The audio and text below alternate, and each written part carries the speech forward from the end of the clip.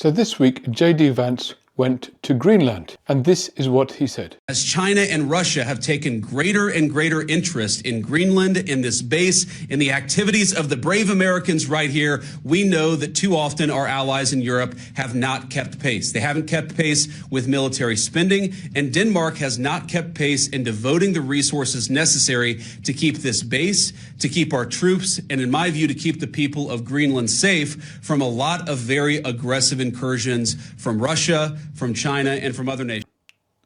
So let's get this straight. He's actually claiming that he's worried for Greenland about the threat that exists to it from Russia and China. He's actually, with a straight face, claiming that he's afraid of Russia's advances on Greenland. Now, the country that has actually been invaded by Russia, the country that has not only been threatened, but been attacked by Russia, he seems to not care about at all. He berates Zelensky in the Oval Office. He openly says he wants to cease funding to Ukraine. When he was in the Senate, he actually voted against funding and supporting Ukraine. So his animosity to Ukraine, his indifference to their plight, has been consistent all the way through. He has never in any way been opposed to the Russian invasion of Ukraine and has spent a lot of time trying hard to reverse US policy on this issue. And now here he is in Greenland saying that he's worried about what Russia might do to Greenland. Now, Russia would have had to invaded the whole of Ukraine, Eastern Europe, Western Europe, the UK,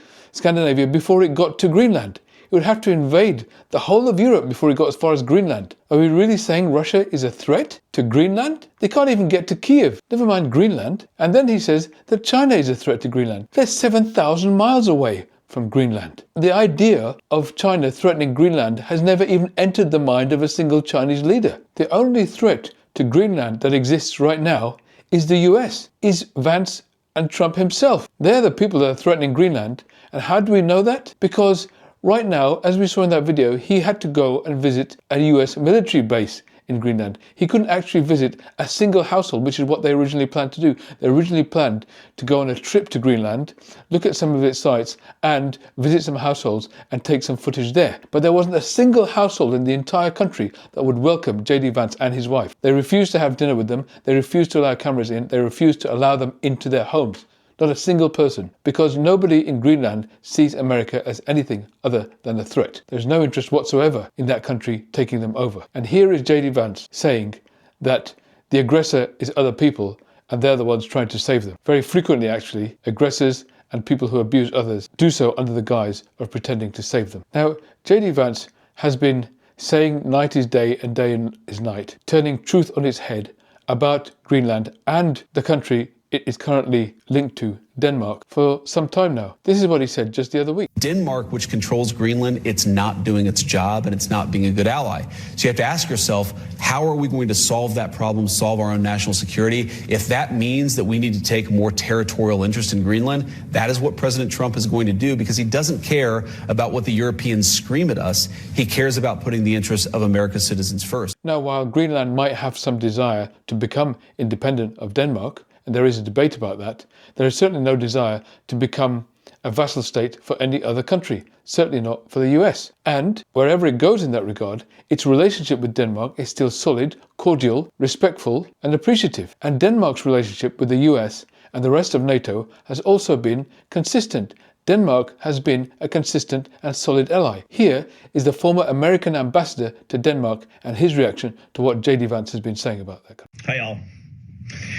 Okay, so to say I'm a bit worked up this morning is an understatement, and that's because of this. Yesterday, the Vice President of the United States goes on Fox News and says that Denmark is not a very good ally. Now, I know that a lot of people would know how I feel about this, but I want to tell you why. And it is in part because, yes, I was the one for a number of years that would go to the prime minister or the foreign minister or the defense minister and ask on behalf of the United States government for them to send their young men and women to Iraq to fight ISIS, to help go remove chemical weapons from Syria, to go fight Ebola in Africa. I did it every time, and every single time they said yes, and they said yes without hesitation. And in part because it was the United States of America, a great ally, asking them to do it. And For them to hear today that now the Vice President of the United States is saying that they are not a good ally when they have lost more people per capita, young men and women, in Afghanistan than any country other than the United States of America, it is just shameful.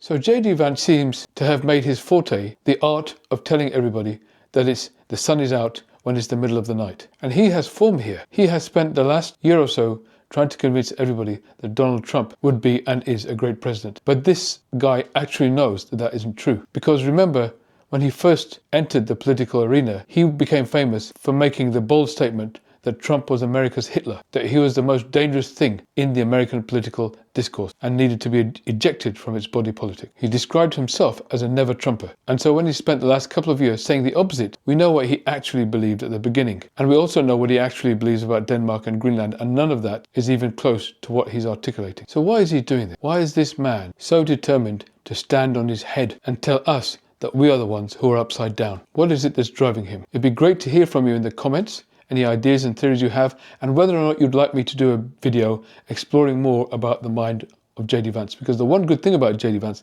is that he's put a lot of his childhood and his upbringing out there in the book he's written. So it is actually possible to do a fairly reasonable analysis of his psychology. If you're interested in that, do let me know in the comments and I'll produce a video on that very soon too. Thank you for watching my video. I'm a psychiatrist. I'm also interested in philosophy and public policy and politics. I aim to make a number of videos about these subjects and particularly the intersection between them. If you're able to like and subscribe to this channel, then it'll really help, and also put in some comments whenever you can. That'll really help the algorithm. It'll really help promote this channel to other people. Now, beyond that, we are all, unfortunately, at the behest of a very small number of people who seem to run everything these days. And we are all at the whim of a tech oligarch who could decide tomorrow to end a channel like this because it's not in their favor. And because of that, I've set up a kind of email newsletter, which you can subscribe to. At the top of the channel, you'll see a web address. Please go there and subscribe to my newsletter. That way you can stay in touch with the videos I'm making. At least we can keep the content flowing. So I hope you can do that. And I hope we can keep talking and also gain clarity, not just about what's happening right now, but how we can get through this, how we can improve things to make a better tomorrow together. Thank you.